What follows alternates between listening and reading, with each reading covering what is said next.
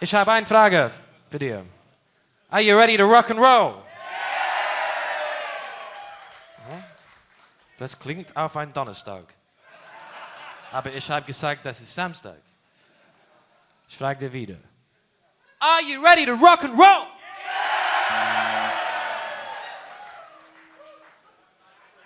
Das klingt auf einen Samstagmorgen.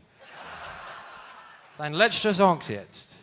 Ich möchte Samstagabend-Applaus. Party night. Let's get fucking wasted. Ladies and gentlemen of my favorite city, Roth. Are you ready to rock and roll?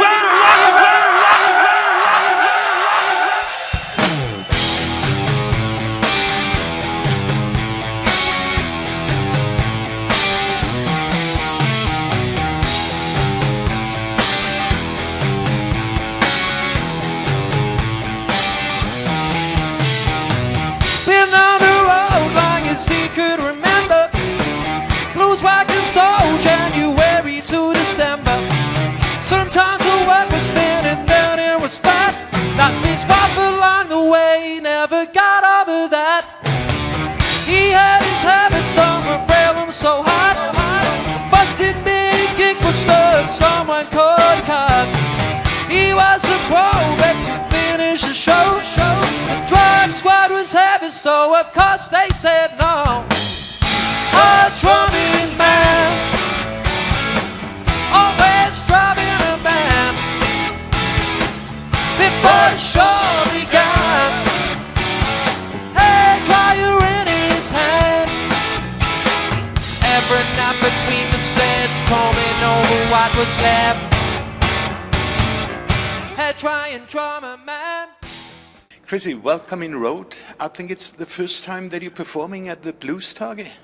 Thank you very much. Yes, it's my first time here. I've actually wanted to come here for a long time, but never managed to get it on the tour schedule. So to be here tonight with the Hamburg Blues Band and Heidi Solheim and Inga Rumpf is a great honour, and it's going to be a good night. It seems your career is kind of double-tracked. You're working with the Hamburg Blues Band for many years now and have your own solo career. Yeah, I've had my solo career since 20 years now, I guess, since I was 12. Yeah, and then joined the Hamburg Blues Band 10 years ago and trying to navigate a way to keep both bands on the road and not have any clashes, so to speak. And I have a third band as well in Norway, Scandinavia, Krissy and the Vikings.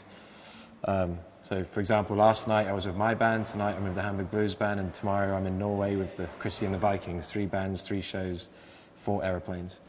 So just trying to navigate the 3 bands.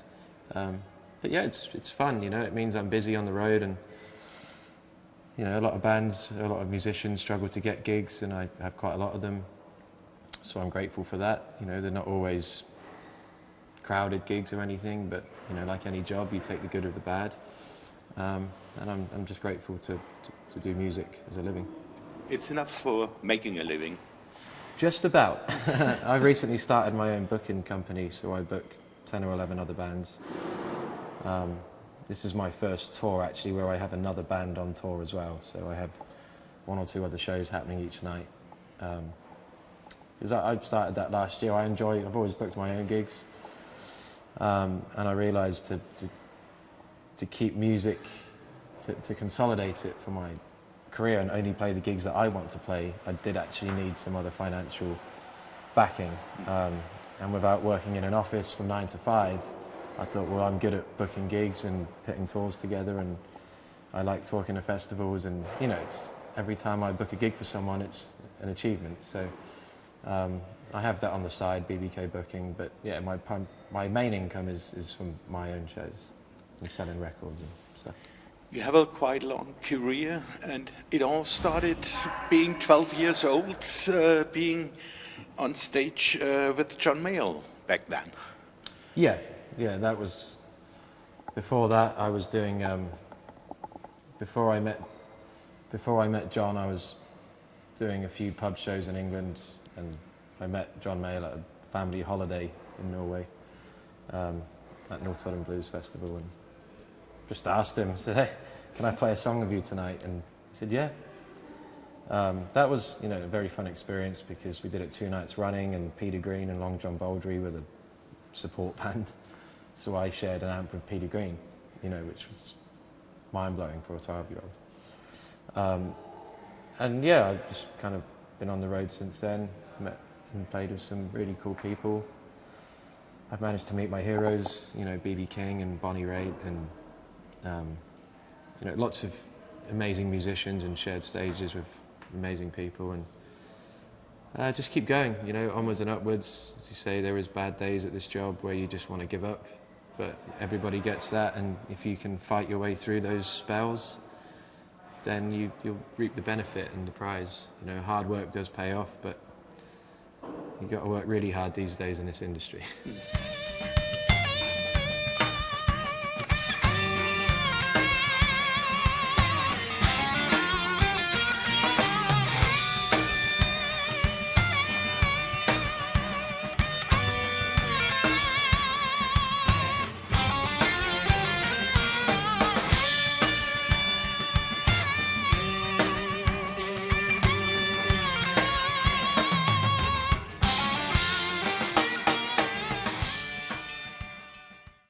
You're Norwegian British and living in Germany. I am a Norwegian British man. I was living in Germany for the past few years, in Bremen. I just bought my first house with my partner in Oxford, England, so since November I'm living in Oxford, England. I do have an apartment in Germany, but that will be, I'll be stopped renting that soon because that's wasted money, because now my main residence is Oxford, England. You did an album last year, Krissy Matthwes and Friends, with a lot of guests. I think it took quite a long time to get everything organized and recorded. Are there any plans for a new album? I've just finished a record with my Norwegian band, Krissy and the Vikings, which is also kind of a Friends album because we have like 7 guests on it. You know, we have Pablo van der Pol from De Wolf, Tommy Castro from Tommy and the Painkillers, Hans Tessink, Will Wilde, and a few other people, Tora Dar from Norway. So it's not Krissy and the Vikings and Friends, but we do have a few guests on it. But that hopefully comes out early next year. I've got a live record that's being mixed right now. So yeah, I'm always trying to do new things. You have to get more gigs and to stay relevant. Krissy and Friends album was quite an exhausting project. It took a year to make. It started out as some of my friends around me started to pass away or get ill and die. And I thought, well, if I want to record with some of these legends that I know, I need to do it now before it's too late. So I originally wanted to make a record with 5 or 6 guests, and then I kind of lost control and ended up with 80. You know, I'd always be sitting on a plane or a train going, yeah, I should get that guy. Text him, do you want to play on my record? Yeah, sure, cool. Oh, I should get her. Do you want to play on my record? Yeah, cool.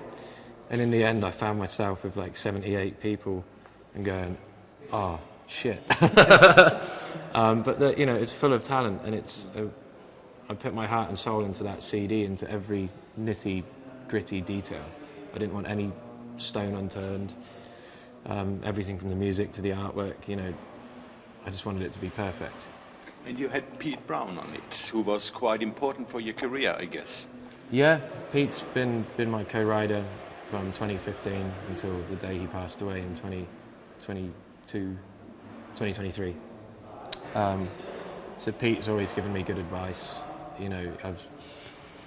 And yeah, I knew he was ill, and I managed to get him in the studio 2 months before he passed away to sing on the record. He also co-wrote a bit on that album too. But yeah, Pete Brown will always remain an important person in my life, in my memory, not just professionally but personally too. And he will be missed. He was a legend. But it's life, it happens. Okay, Krissy, thank you very much. Thank you. Thank you.